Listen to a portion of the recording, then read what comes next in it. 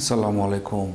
Welcome back once again to our new class with Nurjaman, arranged by English 8 Thakurgaon.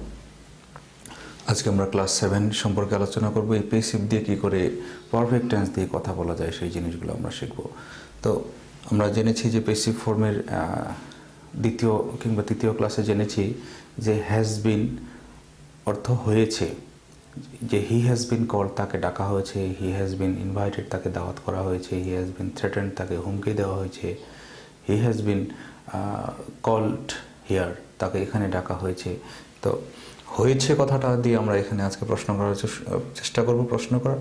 তাহলে have you বিন মানে you have been told মানে তোমাকে বলা হয়েছে, তখন হ্যাভটাকে আমরা সামনে নিয়ে নেব। হ্যাভ ইউ বিন টোল্ড তোমাকে কি বলা হয়েছে? উত্তর হলে হ্যাঁ হলে yes I have.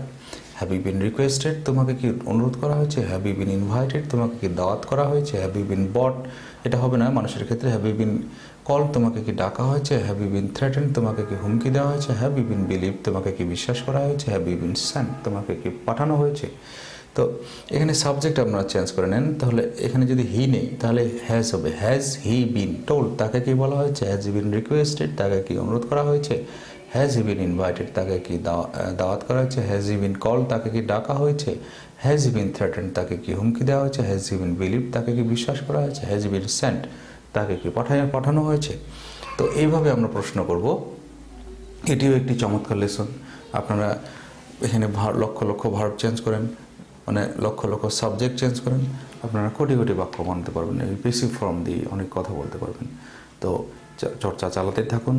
Be fine, keep fine. I would like to finish the class here. Assalamu alaikum.